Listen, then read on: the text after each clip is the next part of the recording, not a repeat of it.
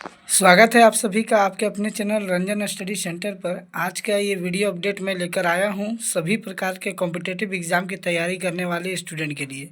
अभी हाल फिलहाल में रेलवे एनटीपीसी का एग्ज़ाम होगा और रेलवे ग्रुप डी की वैकेंसी आई है। साथ साथ जितने भी एसएससी का हो एग्ज़ाम या किसी भी स्टेट का एग्ज़ाम हो, उसमें जितने भी साइंस के क्वेश्चन आते हैं, तो उसके लिए हम लोग एनसीईआरटी बुक को जो है आज डिस्कस करेंगे।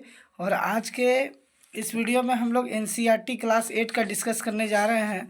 आप लोग देख सक रहे हैं कि एनसीईआरटी क्लास 8 की जो बुक है, इस बुक से हम लोग सभी लेसन का डिस्कशन करेंगे और ख़ासकर केवल एमसीक्यू टॉपिक जो कि एग्ज़ाम के नज़रिए से इम्पॉर्टेंट है और जो कि एग्ज़ाम में पूछा जाता है।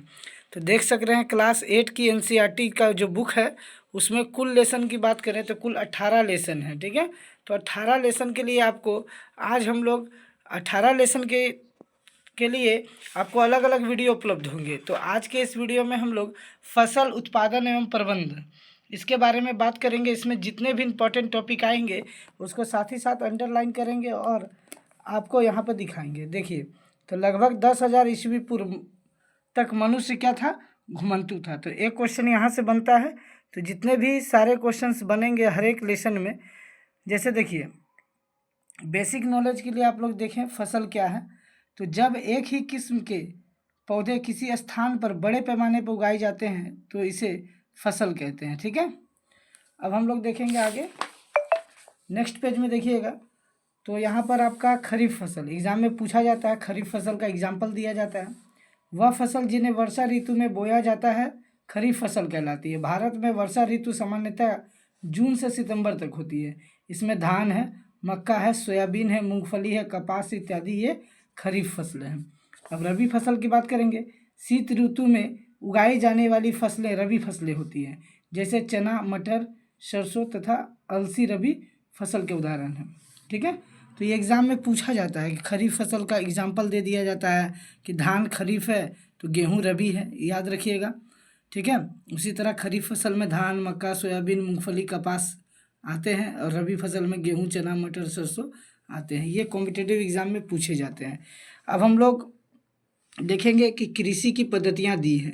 तो कृषि की पद्धतियाँ जो है यहाँ से आप लोग याद कीजिएगा कि सबसे पहले किसान जो है मिट्टी तैयार करता है, उसके बाद बुआई करता है, खाद एवं उर्वरक देता है, सिंचाई करता है, खरपतवार से सुरक्षा करता है, कटाई करता है, भंडारण करता है। तो ये प्रोसेस लाइन टू लाइन आपको याद रखना होगा। ठीक है, अब यहाँ पर देखिए कुछ कृषि औजार दिया हुआ है। तो कृषि औजार में देखिए हल है, हल सेफ्ट है, कुदाली है। ठीक है, तो ये सब कृषि के औजार हैं। ठीक है, ये भी एग्जाम में दिया जाता है। जैसे कि यहाँ पे देखिए कल्टीवेटर दिया है। तो आजकल जुताई ट्रैक्टर द्वारा संचालित कल्टीवेटर से की जाती है। कल्टीवेटर के उपयोग से श्रम एवं समय दोनों की बचत होती है। तो कल्टीवेटर है। परंपरागत ऊर्जा, देखिए परंपरागत जो है औजार, परंपरागत रूप से बीजों की बुआई में इस्तेमाल किए जाने वाला औजार कीप के आकार का होता है। तो परंपरागत यहाँ पे देखिए बीज बोने के लिए पारंपरिक तरीका पहले का था। ठीक है, अब यहाँ से हम लोग देखते हैं कि इस लेसन में इस पेज में कुछ इम्पोर्टेंट है कि नहीं। देखिए वर्मी कंपोस्टिंग अथवा केचुए द्वारा खाद तैयार करने के विषय में। तो वर्मी कंपोस्टिंग है खाद, एक कार्बनिक खाद, जैविक खाद्य पदार्थ है। तो खाद जो है उसको तैयार जो किया जाता है वो केचुए के द्वारा या वर्मी कंपोस्टिंग के द्वारा खाद तैयार किया जाता है। ये प्रोसेस का नाम है। उसी तरह से इस पेज में आप लोग देखिएगा रासायनिक उर्वरक हैं urea, ammonia, sulphate, super sulphate, potash, NPK, nitrogen, phosphorus और पोटेशियम। ठीक है, तो ये सभी चीज़ें देख सकते हैं। इनके उपयोग से किसानों को गेहूं, धान तथा मक्का जैसी फसलों की अच्छी उपज प्राप्त करने में सहायता मिलती है। तो यहाँ पर कौन से फसल जो है देखिए राइजोबियम बैक्टीरिया यह फलीदार लेग्यूमिनस पौधे की जड़ों की ग्रंथियों काओं में पाए जाते हैं और वायुमंडलीय नाइट्रोजन का स्थिरीकरण करते हैं। तो राइजोबियम जो बैक्टीरियम है वो क्या करते हैं, नाइट्रोजन का स्थिरीकरण करते हैं। यहाँ पे देखिए उर्वरक और खाद है, इसके बारे में अंतर दिया है। तो कॉम्पिटिटिव एग्ज़ाम में जो है सिंचाई के स्रोत वाला क्वेश्चन पूछा जा सकता है। कुआं, जलकूप, जो नलकूप कहते हैं, तालाब, झील, नदियाँ, बांध एवं नहर क्या है, सिंचाई के स्रोत हैं, सिंचाई के साधन हैं। उसी तरह सिंचाई का पारंपरिक तरीका है, देखिए यहाँ पे आप लोग डायग्राम में देख सकते हैं। पारंपरिक तरीका में क्या है, मोट है, चेन पंप है, ढेकली है, ठीक है, रहट है, छिड़काव तंत्र है, ठीक है, ड्रिप तंत्र जिसे कहते हैं।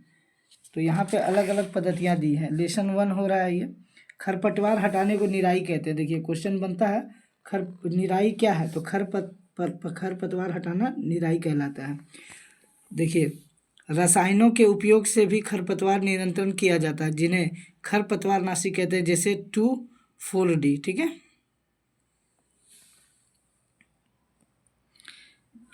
हार्वेस्टर देख लीजिए, एक मशीन का उपयोग किया जाता है जिसे हार्वेस्टर कहते हैं। तो देखिए हमारे देश में दरांती की सहायता से हाथ द्वारा कटाई की जाती है, अथवा एक मशीन का उपयोग किया जाता है हार्वेस्टर, यानी फसल को काटने के लिए हार्वेस्टर का उपयोग किया जाता है, ठीक है।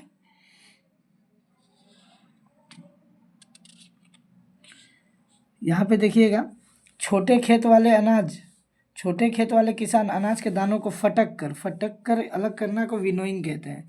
यह फसल छांटने की विधि है, ठीक है।